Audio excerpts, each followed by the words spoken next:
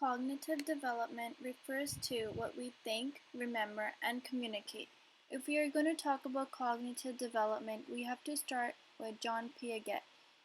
John studied development psychology within children of all ages. He noticed that children of certain age consistently made particular mistakes than older children and adults did not. For example, younger kids would have harder time understanding the idea that this container has the same amount of water as the other. Jean Piaget created 4 stages of development that describe cognitive development within children.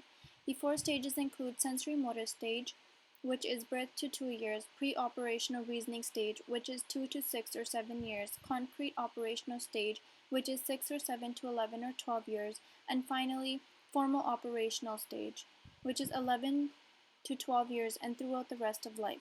The first stage is the sensory motor stage that includes children from birth to approximately age 2 learn to coordinate all sensory experiences. These experiences can include sights, sounds, and motor behaviors. At this stage of development, children learn how and start to understand the world around them by doing things like sucking, grasping, and crawling. The second stage of development is the pre-operational stage. Infants between the ages 2 to 7 years acquire the ability to visualize objects and events mentally.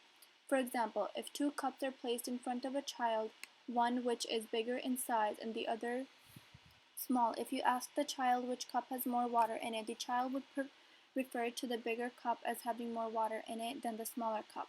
But in reality, both cups have the same amount of water in them. This is referred to as conversation problems within children at this stage. Third, he proposed a stage called concrete operational stage.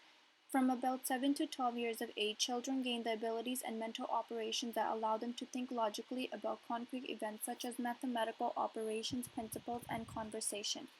Lastly, the formal operational stage is when a person gets to be approximately at ages 11 to 12 years and throughout the rest of their life. They acquire ability to think logically about abstract concepts. They can generalize about events that occurred at different times. Most importantly, they gain reasoning powers of educated adults.